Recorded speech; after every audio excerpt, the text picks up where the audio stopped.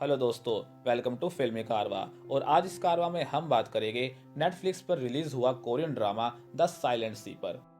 के ड्रामास की बात करें तो सबसे पहले दिमाग में आता है रोमांस, क्योंकि देखा जाए तो ज्यादातर कोरियन ड्रामास इसी थीम पर बेस्ड होते हैं, जिसमें कहानी भी एक ही तरह की होती है, जहां एक लड़की को दो लड़के चाहने वाले होते हैं और पूरा शो इस लव ट्रायंगल के कैरेक्टर्स के इर्द गिर्द ही घूमता रहता है। हालांकि ऐसा बिल्कुल भी नहीं है, लेकिन लोगों का माइंडसेट कुछ इसी तरह का बना हुआ है। और Squid Game, My Name and Hellbound जैसे शोज ने लोगों के इस माइंडसेट को काफी हद तक बदला है। With the success of these shows, the apatite for Korean dramas has grown globally. इस सीरीज को चोय हांग योंग ने डायरेक्ट किया है। ये इनकी 2014 की short film the sea of tranquility की एडेप्टेशन है, जो इनके ग्रेजुएशन प्रोजेक्ट का पार्ट थी। ये सीरीज स्क्विड गेम से गोंग यू, हाय सुंग ते और किंगडम से बाय दूना को भी फीचर करती है। नेटफ्लिक्स पर रिलीज हुआ ये शो फ्यूचर में एक ऐसे समय को दिखलाता है जहां दुनिया पानी की समस्या से जूझ रही है। दुनिया सूखे की चपेट में है, बारिश का नामो निशान नहीं। पूरी पृथ्वी पर पानी आज के मुकाबले सिर्फ 40% ही रह गया है, जिस वजह से सरकारें पानी को जमा करके रखने पर मजबूर है। इससे भी बेकार बात यह है कि सिटीजन्स को उनकी सोशल क्लास के आधार पर वाटर ग्रेड सिस्टम असाइन किया गया है, जो ये डिटरमाइन करता है कि किसको किस क्वालिटी और कितनी क्वांटिटी में पानी मिलेगा। अब आते हैं इसकी स्टोरी पर।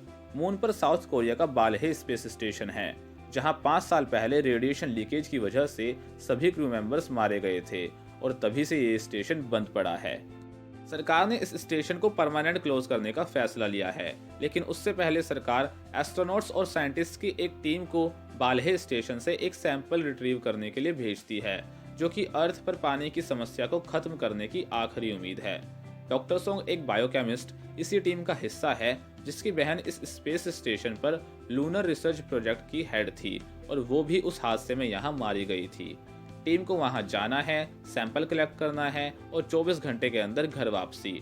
सुनने में तो ये एक सिंपल सा मिशन लगता है, लेकिन बात इतनी भी सुलझी हुई नहीं है, क्योंकि टीम इस बात से पूरी तरह से अनजान है कि 5 सालों से बंद पड़े इस स्टेशन की कंडीशन क्या है। जो सैंपल रिट्रीव करना है, आखिर वो है क्या, इन्हें वहां किन बातों का ध्यान रखना है, ये वहां कितने सेफ है, और यही बातें इस मिशन को खतरनाक बनाती है, इस पूरे सफर को अनहोनियों और चुनौतियों से भर देती है। मिशन शुरू होता है और उसके साथ इनकी प्रॉब्लम्स भी।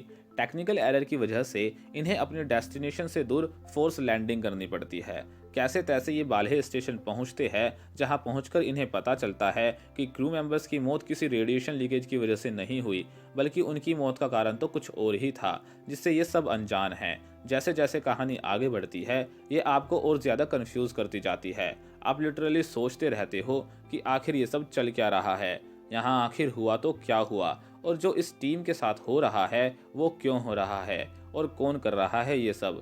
ये एक ऐसे खतरे से लड़ रहे हैं जो ना ही दिखता है और ना ही इन्हें उसके बारे में कुछ पता है। ये स्टेशन अपने अंदर बहुत से राज दफन करके बैठा है, और जैसे जैसे ये टीम इस स्टेशन को एक्सप्लोर करती है, इनकी मुसीबतें बढ़ती जाती है। मेकर्स ने हर चीज़ को परफेक्टली एग्जीक्यूट किया है। कोई भी एपिसोड आपको ज़रूरत से ज़्यादा कुछ नहीं दिखाता।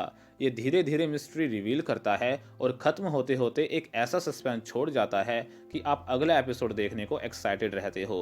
प्लॉट के डार्क नेचर की वजह से सीरीज बहुत इंट्रीगिंग और इंटरेस्टिंग होती जाती है। This series is a literal definition of feeling the chills down the spine. I love the dark and twisted way of storytelling which keeps you hooked throughout the 8-episode show. The detailed and intriguing VFX are something you just can't miss out. सभी actors ने काबिले तारीफ काम किया है। इनकी acting ने इस सीरीज में जान फूंक दी है। आप इन किरदारों से इस कदर जुड़ जाओगे कि द साइलेंट सी के इस सफर पर आप खुद को इनके साथ चलते पाओगे। साउथ कोरिया की ये पहली साईफाई सीरीज है जो स्पेस एक्सप्लोरेशन जैसे सब्जेक्ट पर बेस्ड है। ये जानने के बाद आपको लगेगा कि सीरीज में कुछ कमियां तो जरूर मिलेगी, लेकिन इसका बेहतरीन स्क्रीन प्ले, इसकी सिनेमेटोग्राफी और डायरेक्शन आपको सरासर गलत साबित करती है। डायरेक्टर चोई ने सीरीज पर बड़ा ही बेहतरीन काम किया है। ये सीरीज उनके लिए बिल्कुल भी नहीं है जो शुरुआत से एक्शन और थ्रिल देखना पसंद करते हैं, जिन्हें पेशेंस रखना पसंद नहीं। ये एक स्लो बर्नर है जो धीरे धीरे अपना सस्पेंस रिवील करती है, जिसे देखकर आप शॉक हो जाओगे। ये इतनी थ्रिल्ड और इंटेंस है कि आप इसमें डूब जाओगे। सबसे अच्छी बात जो मुझे लगी सीरीज की वो ये कि इन्होंने ऐसी चीज को इनका दुश्मन बनाया है जो अर्थ पर जीवन बचाने की आखिरी उम्मीद है। आपके सामने प्रॉब्लम का सॉल्यूशन है, लेकिन वो ही आपके लिए सबसे बड़ा खतरा भी है। ये सीरीज अपने रास्तों खोलती है, लेकिन साथ ही हजारों सवाल मन में पैदा कर देती है, जिनके जवाब अभी अधूरे ही है।